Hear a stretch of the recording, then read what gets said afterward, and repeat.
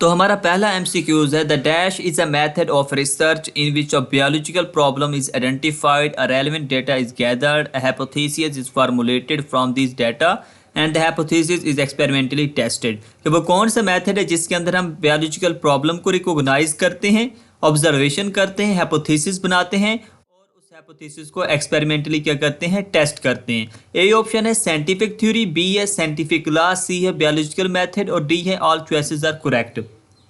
तो जो correct answer है वो क्या है, वो है हमारे पास बायोलॉजिकल मेथड का, क्योंकि बायोलॉजिकल मेथड ही है जिसके अंदर हम बायोलॉजिकल प्रॉब्लम को रिकॉग्नाइज करके ऑब्जर्वेशन करते हैं, हाइपोथेसिस बनाते हैं और इसे एक्सपेरिमेंटली टेस्ट करते हैं और इससे कोई रिजल्ट कंक्लूड करते हैं। ठीक है, तो करेक्ट आंसर हमारे पास है सी, बायोलॉजिकल मेथड। दूसरा हमारे पास एमसीक्यूज है the chemicals produced by macro organisms which are capable of destroying और inhibiting the growth of another organism. कि वो केमिकल जो मैक्रो ऑर्गेनिज्म मतलब कि बैक्टीरिया वगैरह से प्रोड्यूस होते हैं और उन्हीं मैक्रो ऑर्गेनिज्म को किल करने के लिए या उनकी ग्रोथ को इनहिबिट करने के लिए इस्तेमाल होते हैं, उन्हें हम क्या नाम देते हैं, वैक्सीन का, एंटीटॉक्सिन का, both A and B. D हमारे पास है एंटीबायोटिक्स। तो जो करेक्ट आंसर है वो हमारे पास क्या है, एंटीबायोटिक्स। ठीक है, एंटीबायोटिक्स या तो ग्रोथ को इनहिबिट कर देते हैं या किल कर देते हैं, या तो बैक्टीरियोसाइडल होते हैं या बैक्टीरियोस्टैटिक होती हैं। तो करेक्ट आंसर है 2 का डी, एंटीबायोटिक्स। 3 हमारे पास है the planning to reduce the plant disease by applying the different strategies method is termed as. कि किसी डिजीज को कंट्रोल करने के लिए जो हम मुख्तलिफ प्लानिंग करते हैं, मुख्तलिफ स्ट्रेटेजीज इस्तेमाल करते हैं, उस तरीके को हम क्या नाम देते थे, हाइड्रोपोनिक्स का, केमिकल कंट्रोल का, इंटीग्रेटेड डिजीज मैनेजमेंट या क्रॉप रोटेशन का। तो हमारा करेक्ट आंसर क्या है, इंटीग्रेटेड डिजीज मैनेजमेंट, सी हमारा करेक्ट आंसर है। ये वो मेथड है जिसके अंदर हम तमाम प्रोसेस जो एप्रोप्रिएट मेथड थे उनको यूटिलाइज करके बायोलॉजिकल जो हमारे पास डिजीज थी उसको कंट्रोल करने की कोशिश करते हैं।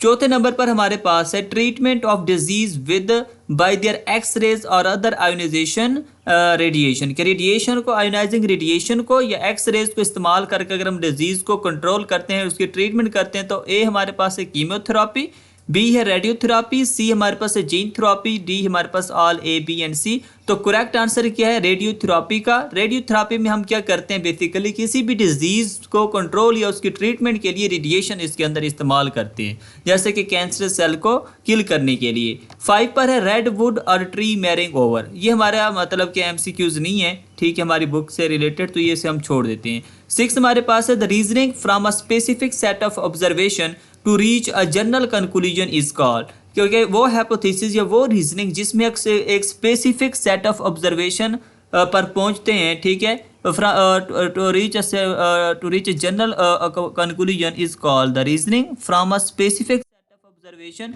कि हम स्पेसिफिक से किसकी तरफ जाते हैं, जनरल की तरफ जाते हैं, तो इससे हम क्या नाम देते थे, इंडक्टिव रीजनिंग का। तो 6 का आंसर क्या हमारे पास, इंडक्टिव रीजनिंग राइट हो गया। क्योंकि जो डिडक्टिव रीजनिंग होती है वो कहाँ से कहाँ होती है, वो होती है जनरल टू स्पेसिफिक, लेकिन यहाँ हमने कहाँ से जाने, specific set of observation to reach a general conclusion.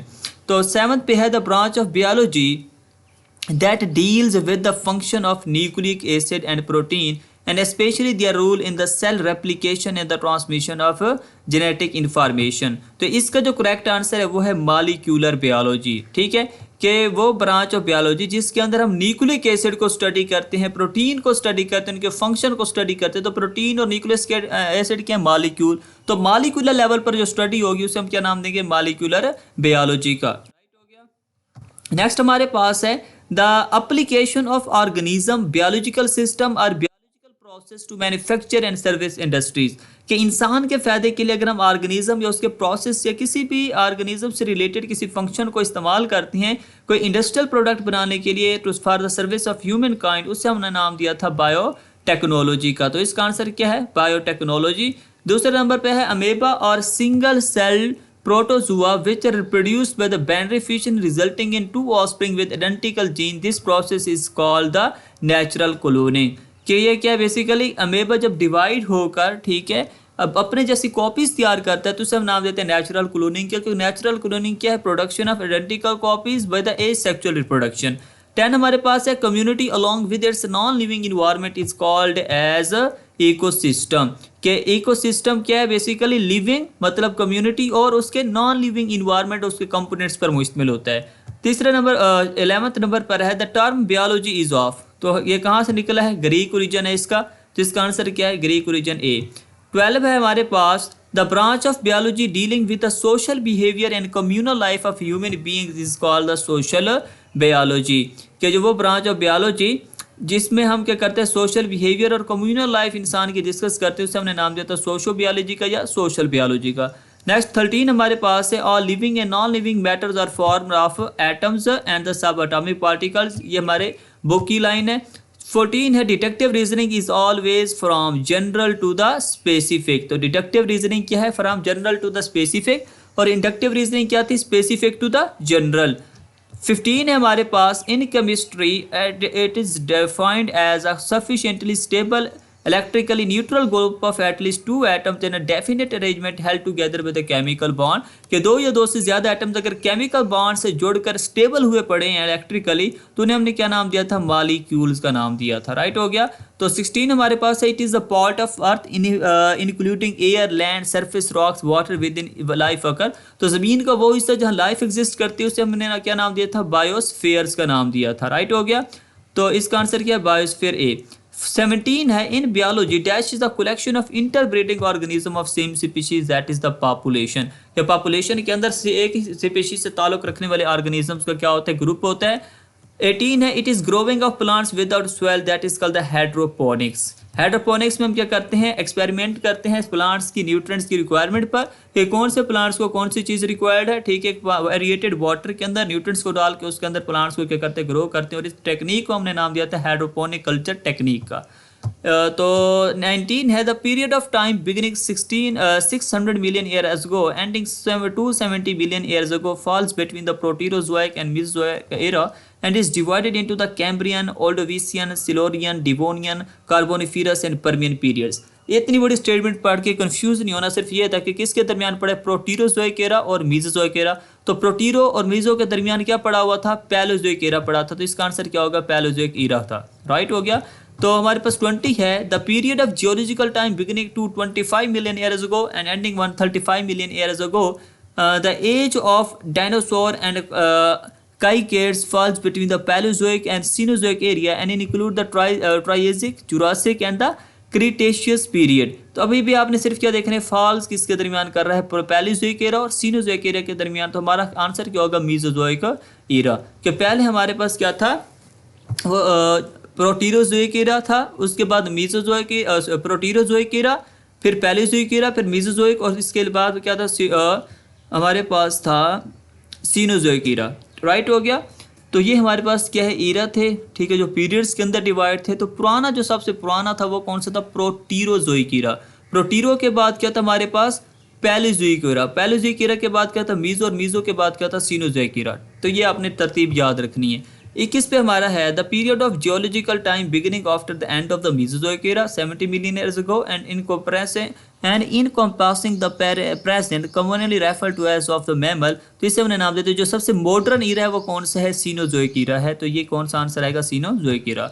22 है, living together of two organism belonging to different species is known as symbiosis. Symbiosis एक ऐसा रिलेशनशिप है जिसमें दो ऑर्गेनिज्म मुख्तलिफ स्पीशीज के आपस में इकट्ठे रहते हैं। तो 23 है, symbiosis relationship, symbiotic relationship in which one species benefit and other is not affected. ठीक है, कि एक स्पीशी, दो स्पीशी आपस में एक दूसरे के साथ रहती हैं, एक स्पीशी फ़ायदा उठाती है, दूसरी ना ही उसको नुकसान होता है ना ही उसको फ़ायदा। तो इसको हमने क्या नाम दिया था, कॉमन सलिज्म का नाम दिया था। राइट हो गया। ये ऑर्गेनिज्म के इंट्रोडक्शन में हम पढ़ेंगे। 24 है, form of symbiosis in which both species benefit, जिसमें दोनों ऑर्गेनिज्म फ़ायदा हासिल करते हैं, तो इसे हम नाम देते हैं म्यूचुअलिज्म का। तो ये हमारा करेक्ट आंसर क्या है, म्यूचुअलिज्म। नेक्स्ट हमारे पास है, a type of symbiosis in which one organism benefit at the expense of the other, कि एक ऑर्गेनिज्म दूसरे ऑर्गेनिज्म को नुकसान पहुंचाकर अपना फायदा हासिल करता है, तो इसे हम क्या नाम देते हैं, पैरासाइटिज्म का। राइट हो गया। तो life emerge at the level of cell. तो लाइफ का जो आगाज़ होता है, जो लाइफ का सिंपलेस्ट यूनिट है वो क्या है, सेल है। ठीक है, तो life emerge at the level of the cell, ये याद रखना है। 27 it can be defined as the use of natural enemies to reduce the damage caused with the pest population. कि अगर वो कहते हैं नेचुरल एनिमीज़ को हम इस्तेमाल करते हैं पेस्ट पॉपुलेशन को, ठीक है, रोकने के लिए, उनको किल करने के लिए, ताकि नुकसान ना करे। तो इस तरीके को हमने क्या नाम दिया था, बायोलॉजिकल कंट्रोल का, कि किसी लिविंग ऑर्गेनिज्म को इस्तेमाल करके हमने पेस्ट को कंट्रोल किया था। नेक्स्ट हमारे पास क्या है, the practice of growing several different crops on the same land in successive years और season to avoid the pest in the disease is termed as crop rotation. कि एक ज़मीन पर, ठीक है, एक ही फसल अगर उगाते रहें तो क्या हो जाता है कि पेस्ट अटैक करना स्टार्ट कर देते हैं, डिजीज़ आम हो जाती है उस फसल के अंदर। तो वो किसान क्या करते हैं कि एक ही ज़मीन पर एक ही फसल बार बार नहीं बोते, बल्कि मुख्तलिफ सीज़न के अंदर मुख्तलिफ फसलें उगाते हैं। तो इसे एक नाम हम देते हैं क्रॉप रोटेशन का। तो इसका करेक्ट आंसर क्या है, क्रॉप रोटेशन। नेक्स्ट हमारे पास क्या है, treatment of the cancer using specific chemical agents are the drugs that are selectively destructive to the malignant cell in the tissue that is called the chemotherapy. Chemotherapy में हम drugs को इस्तेमाल करते हैं कैंसर सेल को किल करने के लिए। 30 है, first living organism originated about 3000 million years अगो। कौन सा था, आर्की बैक्टीरिया था। कब मौजूद था, कब लाइफ पर इमर्ज हुआ, 3000 मिलियन ईयर्स अगो। बड़ा इंपॉर्टेंट एमसीक्यूज है। 31 में है, it is unbroken series of species arranged in ancestor to the descendant sequence with rest of groups evolve from one that immediately proceeded it. तो ये क्या हमारे पास फाइलेटिक लीनियज है, शजर नसब है, ठीक है, टेक्स्ट बुक की डेफिनेशन है। 32 पे है, technique of producing a genetical identical copy of an organism by replacing the nucleus of an unfertilised ovum with the nucleus of a body cell from organism, it is called the cloning. इसे हम क्या नाम देते हैं, cloning का नाम देते हैं, ठीक है, जिसके अंदर हम क्या करते हैं, जेनेटिकल आइडेंटिकल कॉपी किसी ऑर्गेनिज्म की तैयार करते हैं, एक अनफर्टिलाइज्ड ओवम से न्यूक्लियस को रिप्लेस कर देते हैं उस न्यूक्लियस के साथ, ठीक है, जो कि किसी ऑर्गेनिज्म, एडल्ट ऑर्गेनिज्म से की बॉडी से लिया हुआ होता है, राइट हो गया। तो इसको हम क्या नाम देते हैं, क्लोनिंग का नाम देते हैं। नेक्स्ट हमारे पास है 33, the first antibiotic to be discovered was penicillin. तो पहले जो एंटीबायोटिक पेनिसिलिन थी, ठीक है, वो डिस्कवर हुई। 34 पे हमारे पास है, antigens in the form of modified और इनएक्टिवेटेड और killed pathogen that arrays immunity against actual pathogen. इसे हम क्या नाम देते हैं, वैक्सीन का, हमने पढ़ा था ऑलरेडी ही, ठीक है। 35 पे, डोली शीप वाज क्लोन इन 1996, ठीक है, ये आपकी बुक के अंदर ही, लेकिन पता होना चाहिए कि कब हुई क्लोन, 1996 के अंदर। तो 36 है, biological application provides. Biological application better health provide करती है, better food, better environment, all choices are correct. तो इसका आंसर है ऑल चॉइसेस आर करेक्ट। 37 पे है, bacteriophage specifically target and destroy the cells of Escherichia coli in petri dishes, and they will do the same in the laboratory mice that have been identified by that strain. This statement is referred to the hypothesis. तो ये F दिन वाली जो कहानी है, ये कौन सी होती है, हाइपोथेसिस वाली होती है, राइट हो गया। तो 38 पे हमारे पास है, the process of immunisation by vaccination was first introduced by the Edward Jenner. तो सबसे पहले जो वैक्सीनेशन का तरीका मुतारिफ कराया था, वो किसने कराया था, एडवर्ड जेनर ने। तो नेक्स्ट हमारे पास है, all a cellular eukaryotic organism which are no longer classified as animals, plants और fungi are placed in the kingdom Protista. तो वो जो प्लांट्स और एनिमल्स से मुशाबियत नहीं रखते, उन्हें हम कौन से किंगडम के अंदर रखते हैं, प्रोटिस्टा के अंदर। 40 है, what is true for the natural cloning, A sexual reproduction in plants and animal, बिल्कुल करेक्ट है। Regeneration and the bonding healing, बिल्कुल करेक्ट है। Growth tumour cells of the cancer, बिल्कुल करेक्ट है। ऑल ABC आर ठीक है। तो इसका जो आंसर है वो क्या है, डी है। तमाम के तमाम आंसर रिलेट करते हैं नेचुरल क्लोनिंग से, राइट हो गया। तो हमने आज biology first year chapter number 1 के MCQs डिस्कस कर रही हैं लेक्चर नंबर 8 के अंदर। तो हमारा कम्प्लीटली हर लिहाज से चैप्टर नंबर 1 कंप्लीट हो चुका है। इंशाल्लाह कल से हम चैप्टर नंबर 2 स्टार्ट कराएंगे, ठीक है, इंट्रोडक्शन करेंगे बायोकेमिस्ट्री का, मॉलिक्यूलर बायोलॉजी का।